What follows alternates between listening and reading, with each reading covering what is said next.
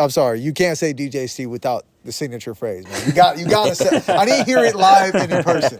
DJ Steve en la casa. Yes, sir. We in the fucking building. Y'all already know who it is. DJ Steve en la casa. The only one. Only the one and only. So why are you DJ Steve? Shit, man. Honestly, what has made me DJ Steve is, man, just the experience, you know what I mean? Like the experience, like not just obviously from being in music, but just life in general. You know, like I've always kept myself humble. I kept my 2 feet on the ground, you know what I mean? Like when I first started doing music, like I was so stuck into that whole world where I obviously wanted to do something in music. If it was either producing, being an artist, engineering, or being a DJ, you know what I mean? Right. And obviously, like when I was younger, like I never imagined being where I'm at now. And like I said, going through the experience of being DJ Steve, it's like now I'm like, wow, like I have a purpose in this. Yeah, you know what I mean? that's cool. So that's DJ Steve en la casa.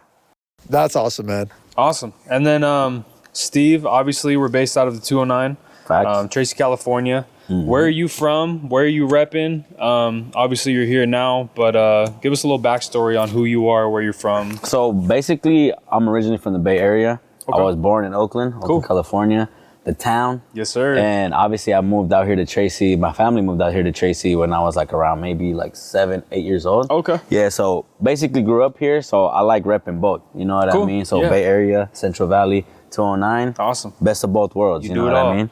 Yeah. Dope. Yeah. That's sick, man. You know, because we spoke about this before off camera.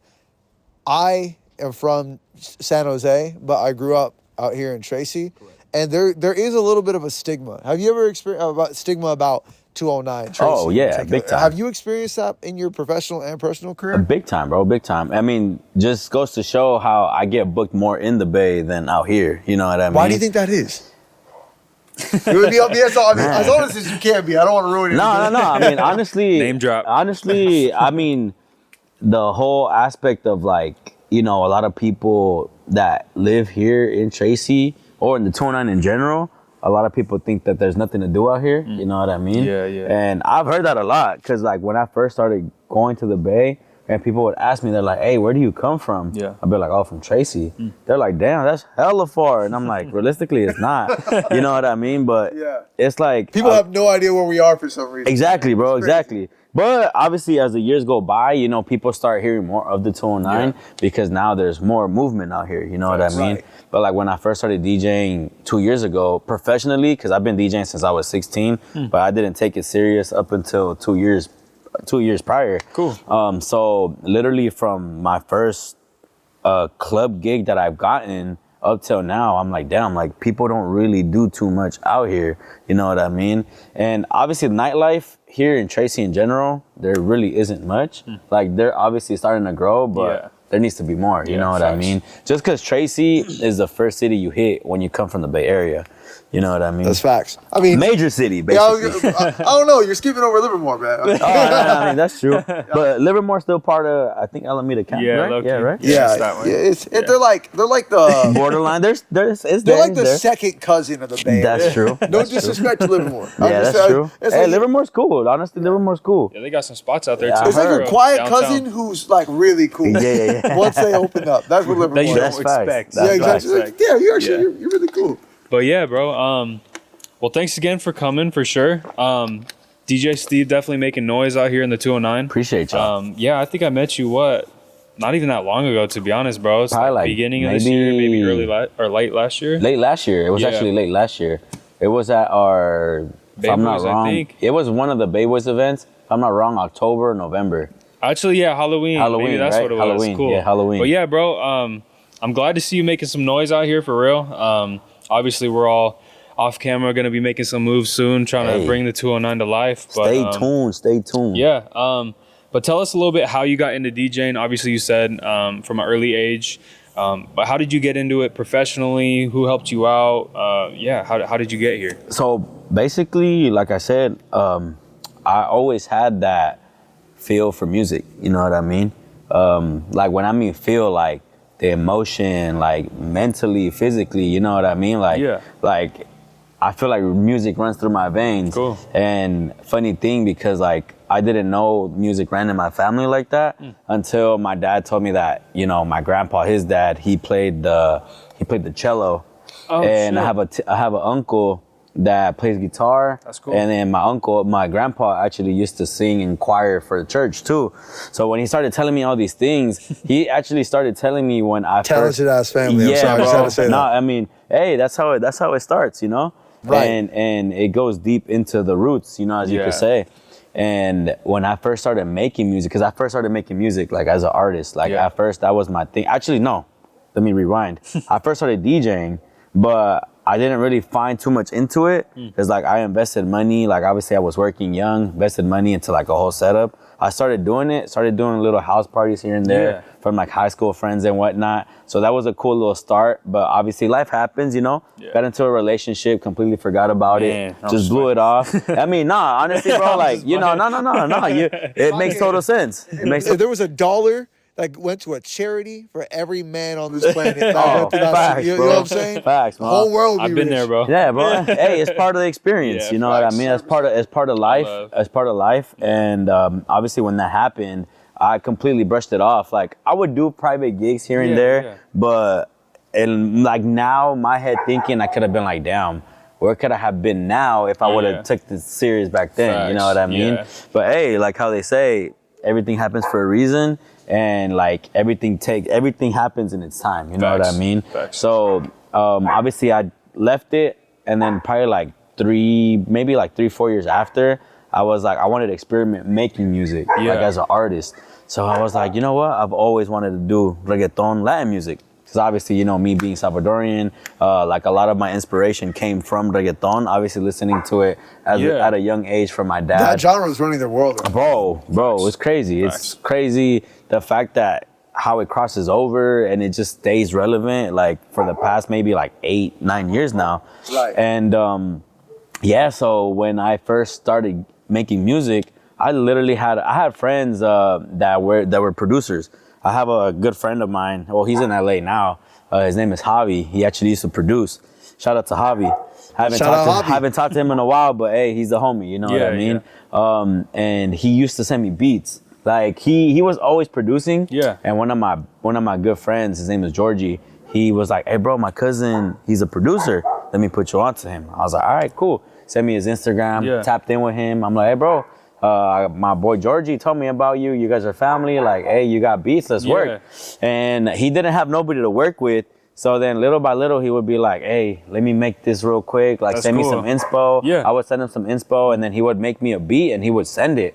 And I'm not gonna lie, at first the beats were kind of like it's because his thing was more hip hop, like hip hop trap. Right. Yeah, so at first I was kind of like, "Oh, the beats are dope, but it's not my vibe." It's not for you know you. what I Yeah, mean? yeah, yeah. So I slowly started sending him some different stuff, and Cool. then he sent me a beat that I like. It clicked. Gravitated It clicked. towards, yeah. So I started writing to it. I started recording to it because I had a recording set up in my house. Cool. I started recording to it, and then during COVID, it was funny because during COVID, I mean, obviously we were all stuck inside, and I think everybody was just trying to be like, you know, Everybody was rapping back yeah, then. bro. Honestly, realistically, either that or they wanted to become a barber or like some shit, Everyone you know. started Like, I businesses. played the fifth because I was Yeah. one that I was like, shit. I did lashes Who's back gonna then. cut? Who's gonna? I was like, who's gonna cut my hair now? Yeah, You know what I mean? But luckily, my barber, shout out to Fern, he was cutting me closed doors. Like in closed doors, nice, he was yeah. recently opening up his shop. Yeah. And he would be like, "Hey, bro, just pull up to the back. I got you. You know." 6 feet apart. Yeah, Oh, bro. yeah, Literally. Yeah. Everybody found out they were mad talented. Oh Yeah, God, for Damn, I bro. can cut hair. Everyone got a Yeah. hobby. Everyone got a hobby. Literally. And it was hella funny because like the stimulus check that everybody, Oh, yeah. Everyone I was hope getting y'all got stimmies, it, bro. Yeah, fucking the stimulus check We I was got, outside. I was like, shit. I was like $1,200. I was like, let me invest in some clippers. So I got some clippers, and I told my dad, I was like, hey, let me cut your hair. So I was Shit, learning, bro. for Yeah, real. like my barber was So like, you hey, nice bro, with it? I got a might little have to nice get with you- it. I got a little nice with it. But then after, like obviously after COVID ended, like, you know, when the restrictions lifted, I just like, bro, fuck being a barber. And I had a song. I had like one song from that one beat that my boy Javi sent me. And when I was cutting my dad up one time, I played it for him. Yeah. And he was like, hey, who is this? I was like, that's me. He was all like, you're bullshitting me right now. I was like, I swear. I was like, I swear it's me. That's cool. I was like, I recorded it. I've been working on it every night. He was like, why don't you release it? I was like, because it needs mixing, mastering, you know, the whole 9 yards. So I was like, I just wanted to play it, see what you think. And he was like, bro, you should release it. I was like, fuck it. So yeah, bro, like my music background has come from like, you know, far back. And then obviously when I got more into the artist side, I slowly started inching my way back into DJing. Slowly. And that's when I was like, one day, one of my boys, his name is Jason. He used to be a coach at Orange Theory Fitness. Okay. And they used to do like, you know, the whole circuit classes and stuff. Yeah. So the music is like something that moves them. You know what I mean? I used to work at an Orange Theory. Oh, no way. That's dope. Yeah, that's dope. So they used to do the dry try that it was called. Oh, the try is like, so I don't know what it's called, but I never did it because it was that. Yeah, I was like way out of shape when I did it. So there was a thing that they would call like a dry try, like a triathlon, but like indoors type thing. So it was cool. Like, honestly, cool, bro, it was Cardio's cool. not my thing. Yeah, no, honestly, dude, they would do like the water rower. They would like have to run like, I think it was like 6 miles or 7 miles. Yeah, bro, that shit was crazy. It was tough. And I'm just there DJing, bro. And it was funny because one day my boy Jason was like, hey, come through. Be the DJ for this. Is gonna be from like, you gotta be there by 6 a.m. I was like, damn, bro, 6 a.m. I was like, fuck it, let's do it. Yeah. Bro, literally when he told me about that, I hadn't DJ'd in like a long ass time. Yeah. And I had like a little ass controller, little ass setup, you know, enough to get the party going. Yeah, facts. So when I did that day, I was like, damn. I was like, I miss doing this. You know what I mean? Yeah. And I even made a whole post about it. I was like, you know, shout out my boy Jason, bringing me back to life with the whole DJ stuff. And then little by little, bro, just started doing parties at my family's restaurant in Lathrop. Started getting cracking. Then it got shut down. And then I started going out. Like I started going out a lot. Yeah. And that was one thing that I wouldn't do prior to like me DJing. Like I would go out like, you know, like adventure type shit, go out and explore, but I would never go out like nightlife stuff, like you know? Clubbing and stuff Exactly. So then when I slowly started meeting and like even finding like DJs, artists on Instagram, I like slowly started finding out which places to go to, who were the DJs that were like, you know, up there. And then the first time that I went to go see like an actual party, it was for one of the big DJs in the Bay right now. His name is Papi Chulo. Okay. Shout out to DJ Papi Chulo. I met him at Myth, San Jose. And it was cool. It was dope. Have you heard of Myth? No, I have not. Oh, no. Well, honestly, Myth is a dope spot. Yeah. It has like a little indoor, like small indoor spot, but they have like a big patio. That shit gets cracking. This is San Ho? Yeah, it was in San Ho. Okay. Come on, native. When did it start up?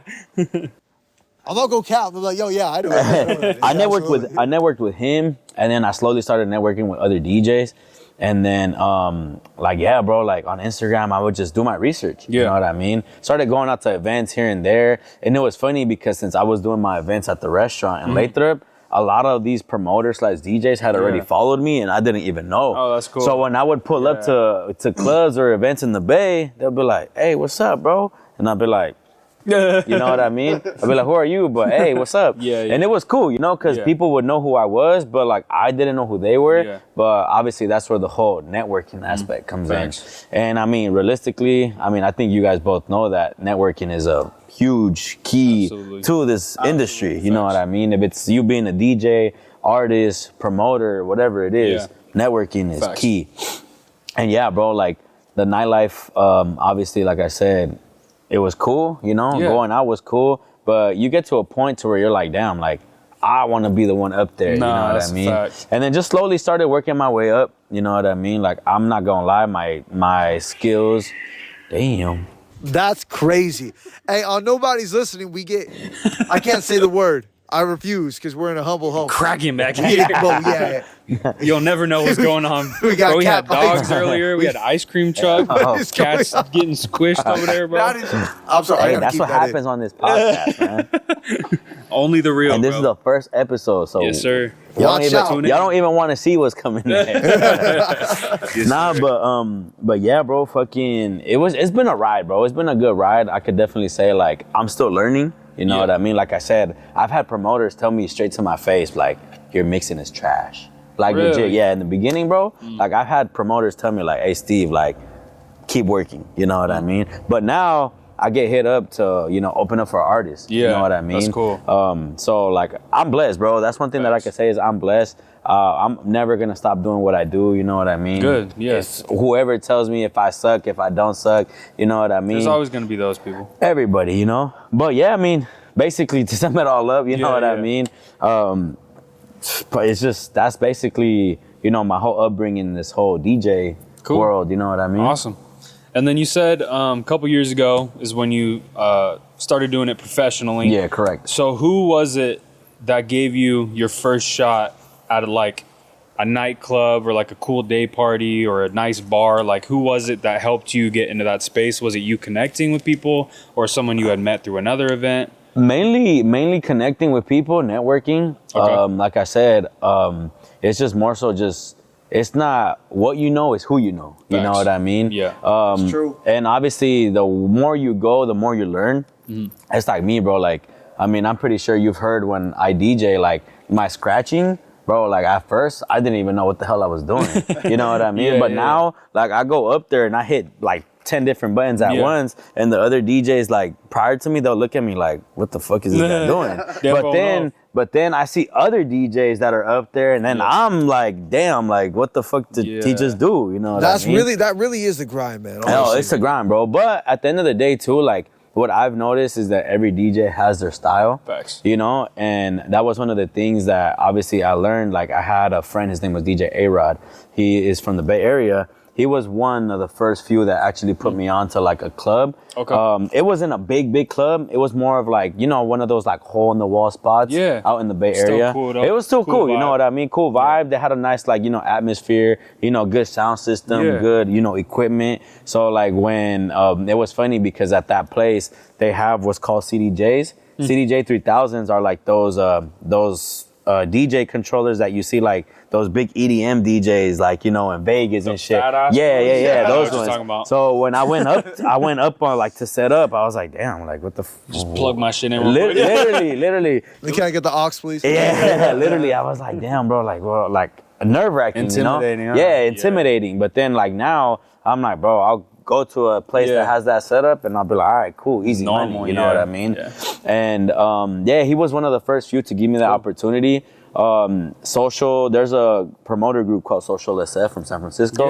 Big promoter group, bro. They've always had their eye on me, and like one of my goals was to like in my head, I'm like, bro, I want to work with these guys. Because they do big shit, like realistically, like big things in the Bay Area. They're the ones that actually booked me for this. His name is Danny Flo. He's like a reggaeton artist from Mexico. He's on the rise right now. So they're bringing him out to the Grand in San Francisco in October. Oh shit! Yeah, so they literally sent me the flyer this morning. I'm like, bro, let's go. Wait, so you're DJing? Or I'm DJing. I'm opening up. I'm opening up. I'm one of the DJs to open up alongside with another DJ from out here in the 209. His name is Daniel Mendez. He's actually one of the openers for Vault. He's one of the guys that like created Vault. Yeah, he's actually one of the owners. Oh shit! Yeah, bro, cool cat, dope cat, and you know he fucks with me, so he shows me love all the time. And DJ Papichulo, he's the headliner, and then obviously Danny Flo is the one performing. It's big because you know you don't really see a lot of like those out of the country artists coming out here, especially in the reggaeton world. It's always Puerto Rican artists. You know what I mean? Oh, it's either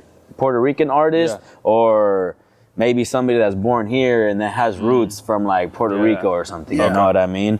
And but yeah, bro, like that promoter group, they were one of the few to give me like big opportunities. You know what I mean? Shout out Social. Exactly, bro. Nah, like honestly, I always rock with them. And I always told myself, I'm like, bro, like when I was going up, I'm like, these are the guys that I should be working with. You know what I mean? And I'm not gonna lie, I took so many opportunities my first year, and there were so many opportunities that I was like, damn. Like, I shouldn't have taken that, but it was, you learn from it and it's worth the experience, you know what I mean? Because there was parties that were like, all right, cool, there was a good amount of people, and then there was parties that were like, try, you know what I mean? And it happens, you know, it happens to everybody, and obviously not every party's gonna be a full house, you know what I mean? You have to have those moments in every artist or anything that isn't like traditional and set out for you.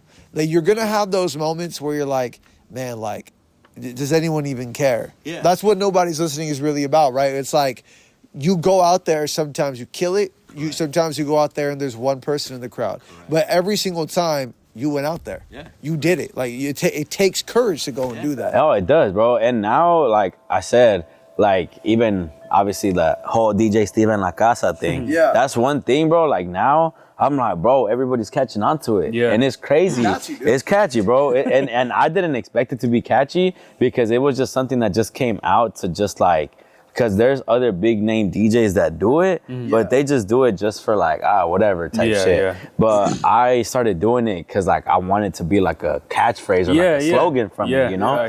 And it was funny because like, probably like when maybe like 3 months ago when I started doing it, when I would pull up to like the club gigs, all the other DJs, DJ Steve en la casa, what's up? And I was just kind of like, my guy, you know what I mean? It's cool, you know? I remember screaming that at Pure nightclub. Hey, Pure was dope. Honestly, Pure was dope. That was cool, bro. That's honestly one of the, like, out of all the clubs I've DJ'd at, like, honestly, that's at the top of my list. Popping, you know what I mean? It was pretty popping. So I have to ask you, man, like something that's near and dear to our hearts, right? You are making a name for yourself, and that's awesome to see. For some reason, you keep coming back to the 209. Correct. A lot of people I see that start making a name for themselves, even if it's just like a small one. They're like, you know what? The first thing I'm doing is I'm going to the Bay, then I'm going to LA. Like, and I don't knock it because there isn't necessarily a lot out here. So my question for you is, why aren't you just like sticking to the Bay? Why do you keep coming back to 209? Like, what is it about this place that makes you want to come back so much? It's home base. You know what I mean? It's home base. And the same thing, like I said, I think we were talking off camera about it. One of the things that obviously I want to cater to the 209 is what they cater in the Bay. You know what I mean? Why do people have to go out of Tracy to go get something that, you know, like say per se like a party or like how you say a day party? You know, exactly. You know, and all it takes is just a group of people to make it happen. You know, and like legit. That's the main reason. Like I want to see growth in the 209. You know what I mean? Like I know so many artists, for example, like you guys yourselves. I brought out artists, you know, at my shows, and they're scared. I don't want to say scared, but maybe they're just like not too convinced to be able to release music because they're probably like, nobody else is doing it. You know nobody's listening. Exactly. Literally. That's hella funny. It's like when you say the movie title of the movie. No, literally. No, and that's honestly like when you guys told me about the whole podcast and the nobody's listening title, when they told me, I was like, damn. I was like, that's spot on. Because realistically, nobody's listening. You know what I mean? And that's how I felt with my music. Like when I first started releasing music, I'm like, damn. Nobody really like shares it for you. Nobody really like shows you that love. But then there's strangers from like out the country that are probably like, hey, this is dope. Is fire. Exactly. We have a song together that out of nowhere just started getting like randomly. 1,000. This was like 2 weeks ago. Oh, no way. Like just blew up out in, where was it? Brooklyn. East Coast, bro. In Brooklyn. Oh, no way. And it's not like a drill song, and I'm not trying to stereotype you, Brooklyn. I'm sorry, but I'm saying like it was like a slow R&B-ish song with like a rap feature. So you see, like that's my thing now. Like with the music industry, I feel like people want to lean more towards like vibes. You know what I mean? 100%. Like a lot of people don't want to hear the same thing over and over and over. One of the genres that has grown on me a lot recently is like house music. Because, you know, it has like that upbeat vibe, and you could just like, you know, chill with your, you know, chill with the homies and just like vibe out type thing. You know what I mean? And bro, like realistically, I feel like there's a lot of potential in the 209, but it just needs to come out. You know what I mean? We're going to be the ones to bring it out. Hey, I'm all for it. You know what I mean? Absolutely. 100%. Steve, so thank you so much for coming on the show. Please tell anyone who's listening right now what's next for Steve and where they can find you. DJ Steve en la casa. Hey, don't miss out. October 12th, I'm going to be opening up for Danny Flow, San Francisco at the Grand. And actually September 15th, Sunday, September 15th, we're doing La Cruda Day Party. First Latin Day Party here in the 209. There. I'm bringing it. They're coming with me. The whole gang is going to be out here. It's going to be at Marisco Los Altos 2 here in Tracy, California. Y'all don't want to miss out. And honestly, for my future, I like thinking ahead, but Not too far ahead. Exactly, not too Okay. far ahead. I respect that. I like going with the flow. You know what Yeah, I mean? 100%. Obviously, there's things that you do think ahead for, like, you know, personal stuff and Facts, whatnot. facts. But like, as far as DJ Steve goes, like, you know, like, I just want to keep doing what I do, and that's, you know, giving people good vibes, you know, sharing good energy. Yeah. Like tonight, I'm doing this event with my boy, Reggaeton Fest. It's called Reggaeton Fest here in Tracy, actually, La Huacana. go. So if you guys going, we out. All right. Now, like, you know, like, I like showing up and just spreading good vibes, Yeah. and 100%. whatever comes, I'm here to kill it. You know what I mean? Where can they find you? Where can they follow you? Hey, Instagram, DJ Steve. On all social media platforms, I'm at DJ Steve, DJ STVE. Let's go. Y'all already know, ¿Quién está en la casa? DJ Steve sir. en la casa. Nobody's listening podcast. Nobody's listening in la casa too. Let's go. Right. Remember, when you think nobody's listening, somebody is. Facts. Damn, that was deep.